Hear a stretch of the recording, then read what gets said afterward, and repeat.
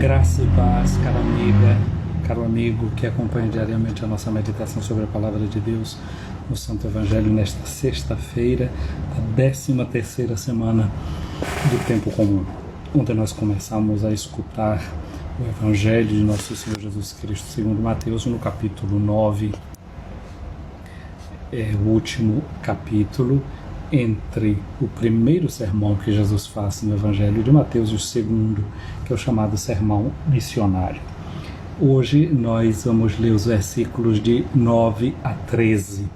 É um capítulo muito interessante, que é uma página vocacional. E toda página vocacional é uma página também missionária. No fundo, a palavra vocação carrega consigo também um aspecto muito importante, que é um aspecto de conversão, que é um aspecto de certa mudança que acontece na vida das pessoas, né? Quando Jesus, por exemplo, chama aqueles pescadores e diz para eles: vinde, eu farei de vós pescadores de homens. Ou seja, tem uma mudança ali qualitativa na forma de ação daqueles homens de agora em diante. Vão continuar pescando, mas será um outro tipo de pesca. Existe uma transformação. A missão, portanto, carrega sempre essa marca também de conversão, de mudança. A vocação carrega consigo uma marca de mudança interior na vida de cada pessoa. Portanto, hoje nós vamos ver uma página que é da vocação de Mateus, um dos discípulos de Jesus. O texto, Mateus capítulo 9, versículos de 9 a 13. Jesus viu um homem chamado Mateus. Lembra que ontem nós estávamos também diante do olhar de Jesus. Eu disse que a primeira coisa que Jesus Cristo viu naquele homem paralítico foi a fé. E a gente lembrava das palavras da igreja que nos diz: Senhor Jesus Cristo, que dissestes aos vossos apóstolos, deixo-vos a minha paz, eu dou-vos a minha paz, não olheis os nossos pecados, mas a fé que anima a vossa igreja. Então a gente estava pedindo e pede sempre nessa oração essa capacidade de enxergar como Jesus enxerga, ver como Jesus vê. E nesse caso aqui, Jesus vê um homem chamado Mateus, um homem dito Mateus. Eu não conheço a língua hebraica não, mas me dizem os que conhecem essa língua que o nome Mateus significa dom de Deus. Olha só que coisa. E o evangelista faz questão logo de dar o nome dele. Não deve ser uma coisa à toa isso aqui não. Porque ele tem uma profissão que os judeus, os hebreus, os israelitas, olhando para aquela profissão dele, que era uma profissão de cobrador de impostos, a primeira coisa que certamente via naquele homem era esse aspecto que é dito de um pecador público, alguém que era chamado de publicano. A palavra publicano significa justamente isso, alguém que é um pecador público, que tem um pecado que é conhecido de todos. Ontem, quando Jesus viu aquele homem paralítico, não é que todos soubessem o que é que tinha acontecido na vida daquele homem, porque é que ele sofria aquela paralisia, mas era certo que na cabeça das pessoas logo pairava uma ideia: se está doente, tem algum pecado. Quando Jesus e os seus discípulos se encontraram com um homem que era cego de nascença, os discípulos logo perguntaram: Senhor, quem foi que pecou para que ele seja cego? Foi ele ou foram os pais? Então, já tinha isso rodando na cabeça das pessoas. Naquele caso do cego de nascença, Jesus disse: nem ele nem os pais, essa doença é para que se manifeste a glória de Deus. Jesus, portanto, para aquele homem que carregava consigo aquela doença, e todos podiam lá no fundo do coração perguntar: o que é que tem? Jesus perdoou os pecados, mas olhou em primeiro lugar e viu a sua fé. Esse homem, Mateus, é um pecador público. Todos o reconhecem e o apontam como um pecador público. Mas aqui o Evangelho faz questão de lembrar qual é o nome deste homem. E aqui eu repito um ditado latino que serve para todo esse ambiente. É que eles diziam assim: nomen est omen. O nome é o destino. O nome é a missão. Portanto, Mateus, com esse nome Mateus, que significa dom de Deus, significa realmente dizer o que é que ele era, como é que ele é neste mundo e o que é que cada ser humano é neste mundo. É um dom de Deus. Cada ser humano é exclusivo, é único, não existe cópia. Minha mãe, a vida inteira me disse esse ditado: Deus, quando cria cada um, quebra a forma. Não tem cópia. Deus não se repete, Deus é único. Deus não é criativo, Deus é criador. Ele tira do nada. Não existe outro igual a você. Portanto, cada uma e cada um de nós é um Mateus, ou seja, é um dom de Deus para o mundo.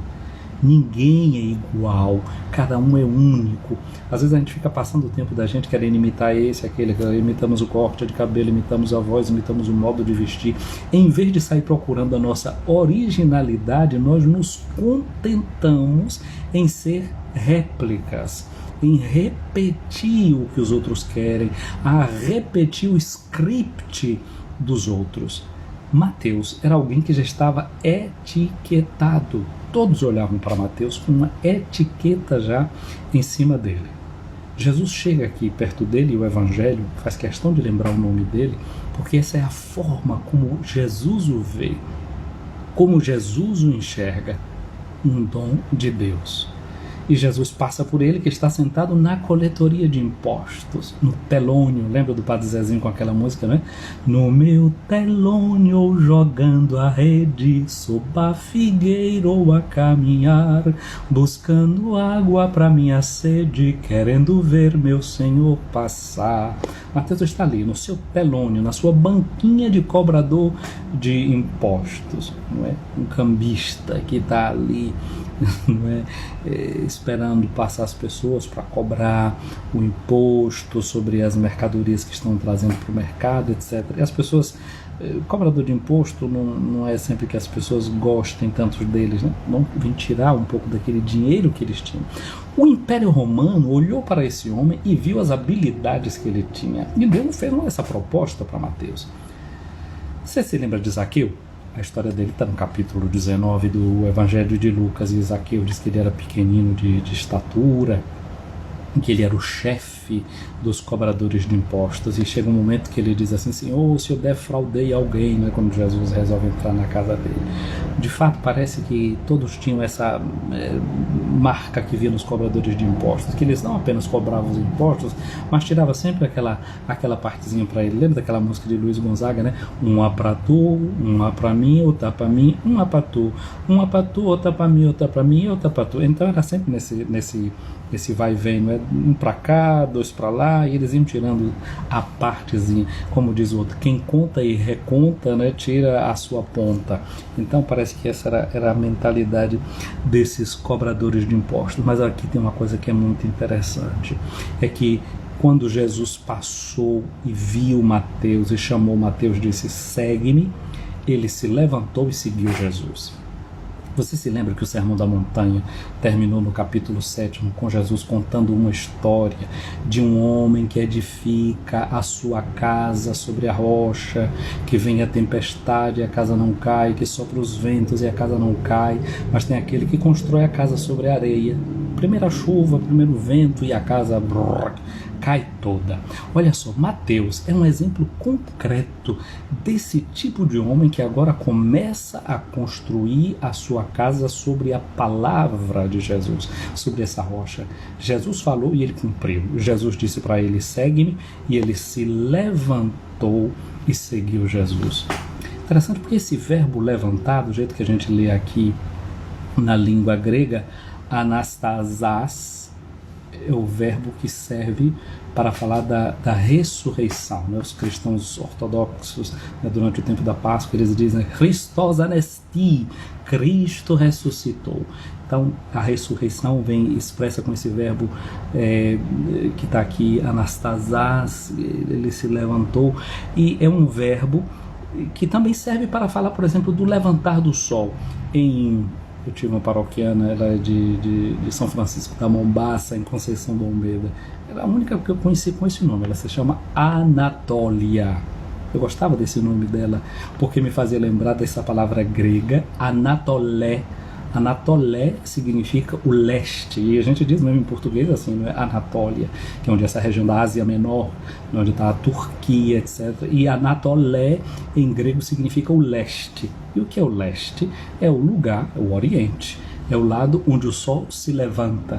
Então ele se levantou, então isso é uma lembrança de que ele se levanta, não é? E ilumina, né? Quando o sol se levanta, ilumina. Ontem foram 8 dias do nascimento de São João Batista, e 8 dias que nasceu o menino, se fazia a circuncisão. E São Zacarias, quando pegou, né, o menino nas suas mãos e deu um nome que não era mais um patronímio, um nome como o nome dele, Zacarias, ou o nome de alguém da sua família paterna, mas deu um nome totalmente novo. Zacarias diz uma coisa bonita do menino e diz assim que o menino Jesus, de quem João Batista vai preparar os caminhos, ele é como o sol nascente que nos veio visitar todos aqueles que estavam sentados à sombra da morte. Olha só, a gente ouviu falar daqueles 2 homens que estavam vivendo dentro de cemitério, né? Vivendo ali como os mortos. Mateus aqui agora também fala de um outro tipo de gente que vive beirando a morte, porque fica ali só contando o seu dinheiro e pensando no seu dinheiro, e com isso morre. Tem gente que, em nome da economia, não está nem aí para a vida dos outros e quer que a economia cresça. E se com isso morre gente, não está nem se importando com nada disso. Existe aqui uma igreja em Roma, ela está ali pertinho da Piazza Navona, e onde está até um consulado brasileiro. E a embaixada do Brasil, do outro lado está o consulado brasileiro aqui em Roma. E pertinho daquela praça tem uma igreja chamada Igreja de São Luís dos Franceses. As igrejas de Roma são muito interessantes porque às vezes ela tem grandes obras de arte que a gente pode ver sem pagar absolutamente nada, porque no museu, se você vai, você paga. Aqui em Roma a gente tem essa vantagem, vai às vezes numa igreja e vê peças lindas, e indo na igreja você pode tranquilamente ver. Tem um grande pintor, depois você faz uma pesquisa aí sobre esse pintor, chama-se Caravaggio com 2 Gs. E Caravaggio, é famosíssima essa pintura dele chamada A Vocação de Mateus.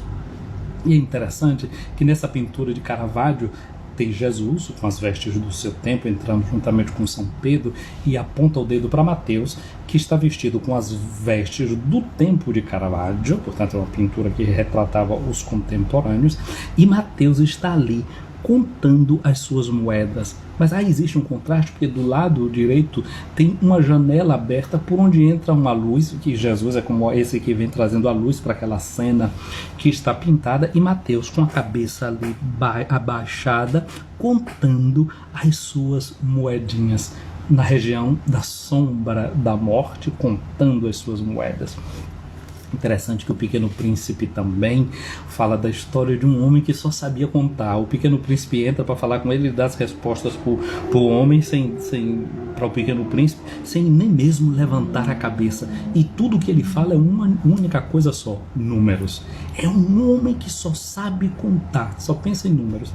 É interessante porque esse verbo que tem aqui na língua grega, que diz um homem chamado Mateus, é o verbo legein. E o verbo legein, de onde vem a palavra logos, também na própria língua grega, é um verbo que serve para dizer falar, mas serve para dizer também contar. Contar no sentido de fazer um conto, contar uma história, mas também de contar no sentido de enumerar, não é? Então esse homem aqui que chamado Mateus, que é chamado para não mais levar a sua vida só contando, não é? Mas a vocação mais profunda do ser humano não é essa de reduzir tudo a números, mas também de criar relações, porque esse verbo legein também serve para dizer isso, relacionar as coisas. Então o ser humano, a sua vocação mais profunda é essa de criar relação. E Mateus criou uma relação com Jesus. Jesus o chama, ele se levanta, como que diz assim, ele ressuscita, ele sai das sombras da morte e agora começa a seguir Jesus. Olha que coisa interessante, segue Jesus. Você lembra que o homem de ontem, aquele paralítico, Jesus manda que ele vá para casa levando a sua cama. A Mateus ele não pede para trazer a sua mesa. Aquele homem de ontem, ele seguia para sua casa levando consigo a memória do seu passado. Mateus deve seguir a Jesus levando consigo somente a perspectiva de um futuro novo. Hoje de manhã eu estava me perguntando assim, mas vem cá, no grupo de Jesus tinha uma bolsa, né? As pessoas faziam ofertas para eles, etc. Por que Jesus não colocou Mateus para ficar tomando conta da bolsa? Ele deu logo para Judas, que não tinha muito entendimento nessas coisas. Fico pensando, né, nesse desafio da pastoral vocacional, de padres e freiras que são formadores e formadoras. Como valorizar a experiência de quem está vindo, mas como converter completamente aquela experiência. Não é verdade que aos outros que eram pescadores, ele veio, eu vou fazer você de pescadores de homem. Mas com Mateus ele cortou realmente toda essa vinculação com o seu passado e dá para ele uma perspectiva de vida realmente nova. De perspectiva nova. E Mateus agora vai seguir Jesus, aberto para o seu futuro. Agora olha que coisa interessante. Eu disse a vocês que Mateus é esse homem que põe em prática aquilo que Jesus diz, constrói a sua casa sobre a palavra de Jesus, sobre a sua rocha, e imediatamente ele pôs em prática o que Jesus disse, vem e segue-me, começa a construir uma casa nova em relação a Jesus, constrói a sua vida, a sua casa sobre a palavra de Jesus. Casa serve tanto para dizer a casa, o lar, e a casa, as quatro paredes dentro das quais a gente mora. Em grego, casa se diz oikos, não é? E nós vamos ouvir no próximo domingo Jesus dizendo a Pedro, eu edificarei a minha casa sobre esta pedra. E aí o verbo que se diz é o verbo oikodometso, oikos, vem a palavra casa até dentro, é como se fosse assim, eu vou casificar a minha igreja. E se a gente pudesse dizer isso ao pé da letra em grego. É Jesus quem constrói essa casa que Mateus agora se dispõe. E aí essa palavra oikos na nossa língua, ela deu muitas palavras. Por exemplo, deu a palavra paróquia, paraoikos, não é? Deu a palavra oikonomia, deu a palavra oikúmene, de onde vem a palavra ecumenismo, deu a palavra oikologia, ecologia. Então quase que a gente pode dizer assim que ouvindo e vendo isso, a gente pode dizer que a partir de Jesus, a partir dessa palavra, a gente é chamado a edificar uma economia nova centrada em Jesus, uma ecologia que tem em Jesus o seu fundamento, uma economia que tem em Jesus o fundamento, uma paróquia que tem em Jesus o seu fundamento. E como seria essa paróquia, essa economia, essa ecologia? Jesus, aqui diz Mateus, enquanto Jesus estava à mesa em casa de Mateus, a casa de Mateus é a casa do publicano, daquele que é o mal visto. Então as nossas paróquias, elas precisam se abrir para os pecadores, ela precisa se abrir para aqueles que são os mal vistos, ela deve ser um lugar de abrigo para esses que não encontram um abrigo dentro da sociedade. Os menores, os desprezados, mas isso significa então dizer que também uma economia que fosse a partir de Jesus Cristo olharia para aqueles que são os falidos deste mundo, aqueles que a gente diz que não estão dando certo e que às vezes talvez a gente pense que são os mais preguiçosos, aqueles que não tiveram condição de competir com todos os outros que chegaram lá em cima no topo. Seria uma economia pensada a partir dos últimos dentro da nossa sociedade, uma ecologia baseada nesse estilo de Jesus como centro. Seria uma ecologia também socialmente que deveria se pensar de incluir os pequenos, porque quando a casa é de todos, incluindo os pequenos, realmente a casa vai ser a casa comum, a casa em que se respeita todos, inclusive aqueles mais fracos. E aí, a partir disso, passa também o respeito para todas as formas de vida, que estão ameaçadas. A vida de um homem como Mateus era a vida de alguém que era desprezado dentro da sociedade. Não existe ameaça maior do que o desprezo que vai anulando uma pessoa. Pois bem, Jesus sentou-se à mesa na casa de Mateus e vieram muitos cobradores de impostos, muitos pecadores, e se sentaram à mesa com Jesus e os seus discípulos. Esse discurso todo merece um aplauso muito grande, mas os fariseus não pensavam desse jeito, não. Eles, vendo Jesus agir dessa forma, eles perguntaram para os discípulos de Jesus: por que é que o mestre de vocês come com os cobradores de impostos e com os pecadores? Mas Jesus ouviu a pergunta e respondeu. Não deixou os discípulos responderem, não. Foi Jesus quem respondeu. Jesus, muito obrigado porque foste tu que deste a resposta. Porque às vezes, se formos nós a darmos certas respostas, às vezes a gente pode dar uma resposta que ofende os outros, a gente pode dar uma resposta que não se baseia em cima de ti mesmo, criamos as nossas teorias para responder a essas coisas, mas foste tu quem deste a resposta. Ajuda-nos a acolher essa resposta que tu deste a esses cobradores de impostos. Olha a resposta de Jesus, minha amiga. Olha a resposta de Jesus, meu amigo. Jesus disse: aquele que tem saúde não precisa de médico, mas os doentes. Jesus reflete de acordo também com a mentalidade do seu tempo. Jesus não conhecia ainda essas teorias chamadas de salutogênese. A salutogênese significa ter o comportamento de quem é sadio, uma medicina que é preventiva para evitar que a gente caia na doença. Portanto, a gente tem um comportamento de quem é sadio e acaba tendo, como resultado, ser sadio. Olhamos, por exemplo, esse estilo de Jesus. Jesus é um modelo de saúde, de integridade. Se a gente imita Jesus, então a gente não vai ficar nem doente, porque entramos pelo caminho que é o seu. Mas olhemos bem como Jesus dá uma resposta de acordo com o seu contexto. Quem precisa de médico é quem está doente. Jesus veio para quem estava doente. A palavra saúde e a palavra salvação tem a mesma raiz, não é, na língua latina que deu a nossa língua portuguesa. Sexta-feira é sempre o dia de olhar para Jesus na cruz e ver que dela pende a nossa salvação.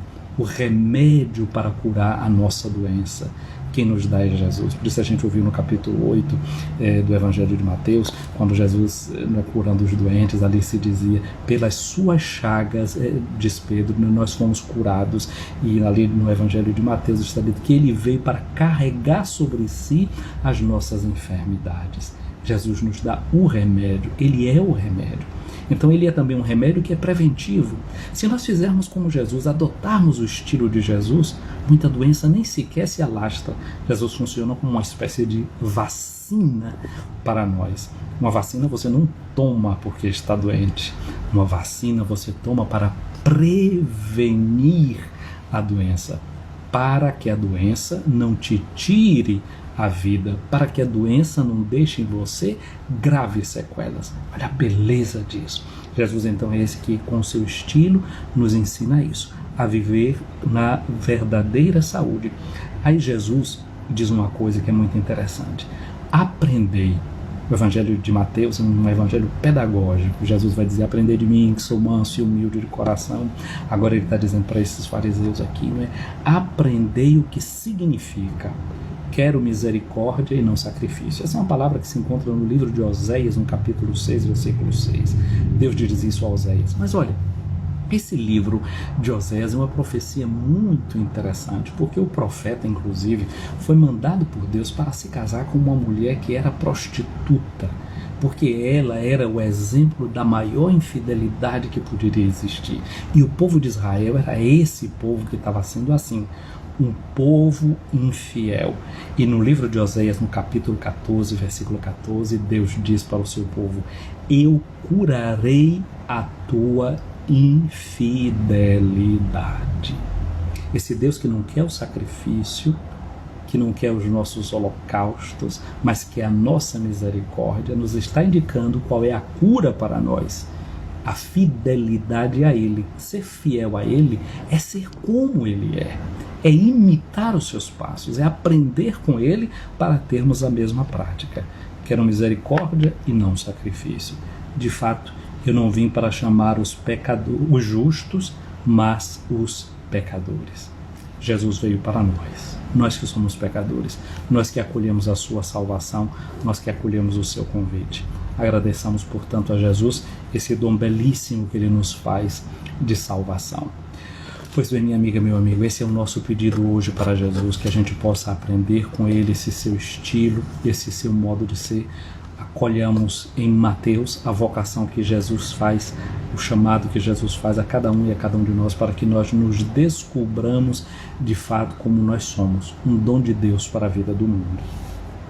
Estou vendo um monte de gente chegando aqui agora, quando a gente já está se encaminhando para o finalzinho dessa live, mas muito bem, você pode voltar, eu vou salvá-la aqui de forma imediata, que você pode recuperar a live a partir do seu início. Então eu estou vendo aqui Luzia Oliveira, dando um bom dia, muito obrigado, o Padre Juarez também, Sagrada Família, entrando aqui, Edis e todos os seus, um abraço, Solange Lopes, um abraço para você, Deus abençoe. Fernanda Fonseca, Rose Santos, também um abraço para você.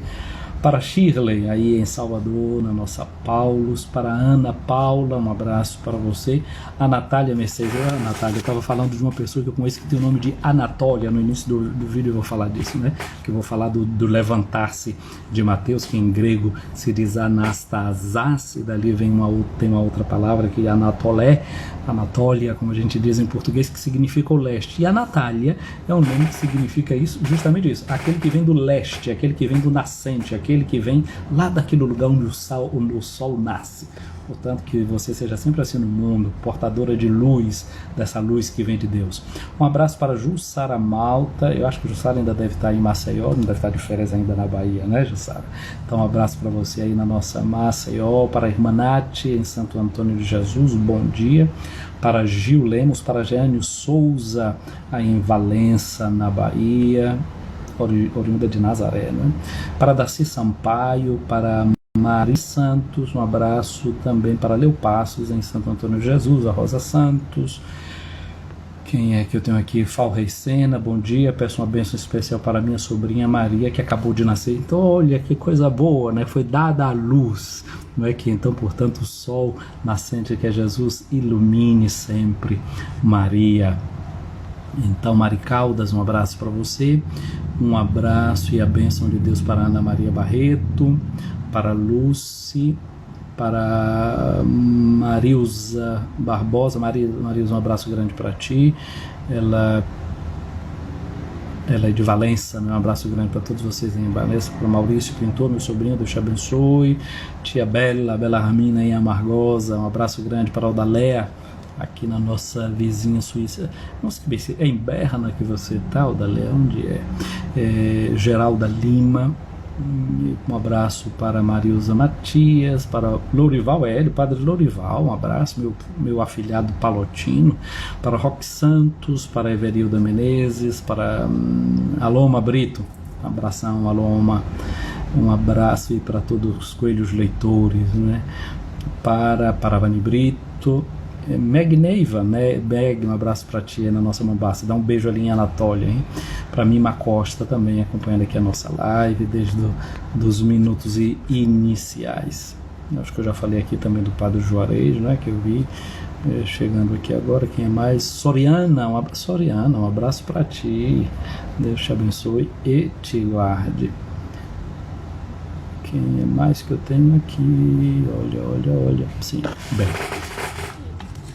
Lucy está dizendo que é de Amargosa. Muito bem, nossa Amargosa. Amargosa é doce, não é? Amargosa não tem nada a ver com amargura, não. Isso é por causa de umas pombas, né? Uma columba plumbea que tinha lá, parece que comia qualquer erva amarga e daí dava uma carne amarga. Mas o lugar foi batizado mesmo com o nome de Vila de Nossa Senhora do Bom Conselho. Um abraço para Almi Alves, aí em São Benedito, Nilo Peçanha, já vi, quilômetro 5, Almi, um abraço grande para você, é uma alegria encontrar você por aqui. Um abraço a Edith, a tua mãe, estava aqui descobrindo um dia desse aqui, a tua sobrinha, não é? Que eu vi que está fazendo psicologia aí na UFRB, e vi que estava aqui por um período aqui na Europa, não sei se continua, né? Tem a tua irmã que estava aqui em Portugal também. Então, um abraço grande para vocês, um abraço em Edith, a todo mundo da família. Quero mandar um abraço também para Maria Passos, aí em Belo Horizonte, né? É uma pessoa que já me segue nos meus áudios que eu mando a cada dia. Acho que já tem mais de uns 6 anos que Dona Maria Passos acompanha esses áudios que eu mando a cada manhã. Quero mandar um abraço também para Raimunda Costa, aí no Piauí. Ela trabalha na Secretaria de Educação, acho que ela está lá em Teresina agora.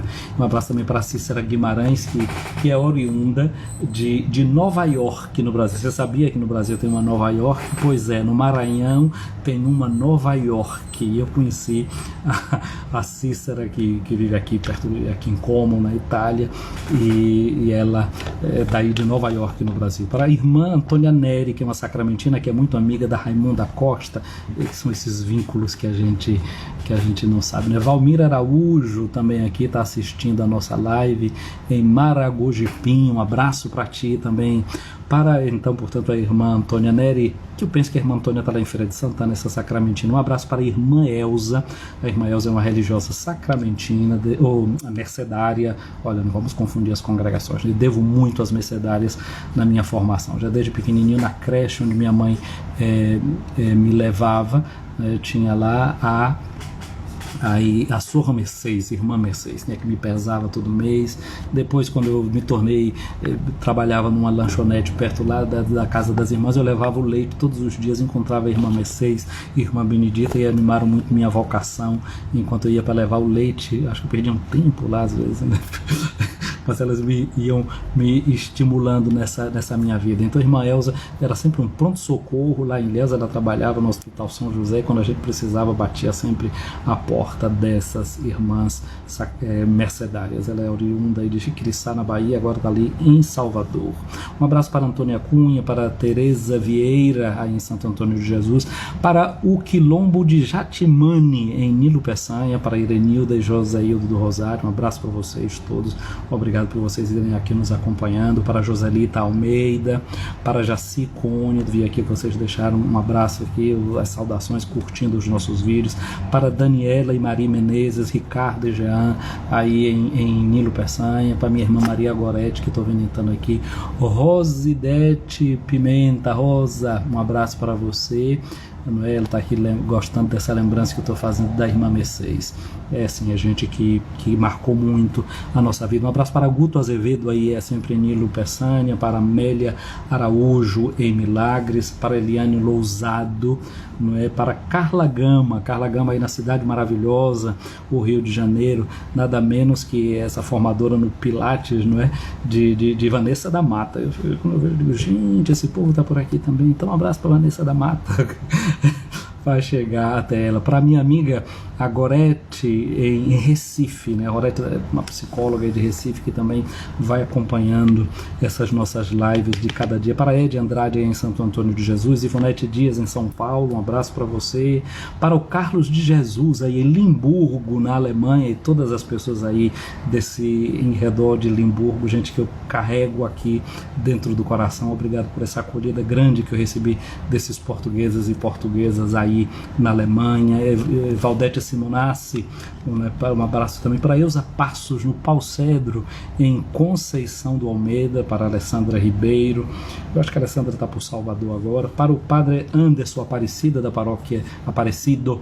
paróquia de Santa Rita aí em Amargosa, estou vendo aqui, curtindo aqui os nossos vídeos. Para Morena Machado aí em Amargosa, né, no Lar dos Idosos. Para Guto Fontinelli, um abraço para a Pastoral da Criança da paróquia de São Benedito em Santo Antônio de Jesus, minha terra natal. Um abraço grande para o Aragão, aí em Salvador, conterrâneo, vivendo aí na cidade de Salvador. Um abraço a você, Padre Ednei Carneiro, na Diocese de Porto Nacional, no Tocantins. Um abraço grande para vocês aí de Tocantins. Um abraço, né? Bênçãos de Deus para todos nós. Aqui, Bill está aqui me dizendo o que ele acompanha as reflexões que o Padre Carlos manda para ele. Então, um abraço grande aí também para o Padre Carlos, na paróquia de Nilo Peçanha, que difunde essas nossas lives.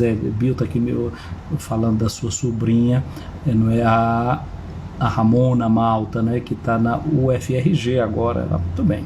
Um abraço para Lani Nascimento, aí em Ilhéus, para Moringa Júnior, em Santo Antônio de Jesus. Tudo muito bem. Então essa live aqui é uma mistura de rádio, de televisão com programa ao vivo. O Edis Andrade, né, que é a Sagrada Família, está me dizendo aqui, né, Irmã Elza era o nosso anjo de guarda. Não é verdade, Edis? Era bem assim mesmo. A Irmã Elza, a gente batia na porta e contava com ela. Edis, muitas vezes, né, a gente foi dia de domingo, a gente saía a pé do nosso seminário para ir até o centro de Ilhéus para fazer visita aos doentes. A gente não tinha os passes para fazer a viagem, então a gente saía a pé de casa do seminário. Quem conhece o seminário de Ilhéus, está na saída ali no fundão, nós íamos dali até o Hospital São José para visitar os doentes em dias de domingo de tarde. Às vezes, ou então, a gente tinha o dinheiro de uma passagem. Às vezes tinha alguém que dava pra gente esse dia da passagem. Mas aí, eu que gostava de comer acarajé, então eu preferia voltar para casa a pé para poder comer um acarajé dia de domingo. Pelo menos um dia de domingo. Que é isso, né? Valia o sacrifício. Podia comer um acarajé, mas tinha que andar a pé. Então, quem tem coragem de andar a pé, pode comer um acarajé. Tá bom, gente querida, gente boa. Por aqui a gente vai ficando com essa live de hoje. Um abraço aqui para Amaral Lânia e Santo Antônio de Jesus, na paróquia de São Benedito. Vocês que estão chegando depois, vejam o vídeo agora que eu vou salvar aqui. E vocês todos que são da Bahia, um abraço grande para todos vocês no dia de hoje. Hoje é um dia de um patriotismo nosso, não é? Hoje é dia de lembrar o 2 de julho. E a gente sabe que o 2 de julho é essa data que lembra a luta das baianas e dos baianos para a nossa independência, a nossa força, não é, a nossa doação. Aqui o Almir está me perguntando como é que está a dona Jacinta. Amanhã está bem, eu falei com ela anteontem, hoje não falei, nem ontem falei não, mas minha irmã Gorete está aqui, eu acho que está tudo bem, não é, Gorete? Está tudo bem com a manhã aí, né? Então, Almir, amanhã está bem. Manhã está como aquela estátua que sonhou o rei Nabucodonosor lá no sonho da profecia de Daniel, né? Falava de uma estátua que tinha uma cabeça de ouro, que tinha o peito de prata e tinha as pernas que eram uma mistura de ferro com barro. Manhã está a mesma coisa. A cabeça está muito bem, obrigado. O coração já é de prata, não tem mais a força que tinha sempre. E as pernas está pesada, né? Está pesada, anda com dificuldade, não é as pernas de sempre. Mas agora ela está muito contente porque ela descobriu, ai meu Deus, como é que chama lá, uma ora pro nobis. Então agora ela está comendo muita folha de ora pro nobis e diz que está sentindo muita força. Então oremos uns pelos outros e por ela também. Mas amanhã está bem, graças a Deus, está forte, está com a cabeça lúcida, né, que eu acho uma coisa muito boa, né, conhecendo, interpretando bem as coisas, lembrando de muitas coisas. É claro que tem ali as falhas. Tem aqui no início da quaresma, tem uma live que eu salvei aqui, se vocês olharem, você vai ver lá, tem mais de quase uma hora de conversa com ela, puxando coisa e ela soltando coisa. Então a cabeça tá boa, realmente, tá boa. Eu gostaria de estar com a cabeça boa, assim como a dela, quando estiver na idade dela. Se bem que eu espero chegar a 150, eu já disse isso ontem, né? Mas cabe a Deus. Se for para ir amanhã, vamos amanhã. Se para ir agora, também assim seja. Vamos pedir a bênção de Deus para cada uma e cada um de nós nesse dia de hoje. O Senhor esteja acima de ti para te proteger, o Senhor esteja diante de ti para te guiar, o Senhor esteja atrás de ti para te defender, o Senhor esteja ao teu lado para te acompanhar, dentro de ti para te abençoar.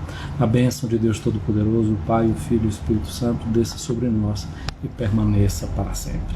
Um dia feliz para cada um e para cada um de nós.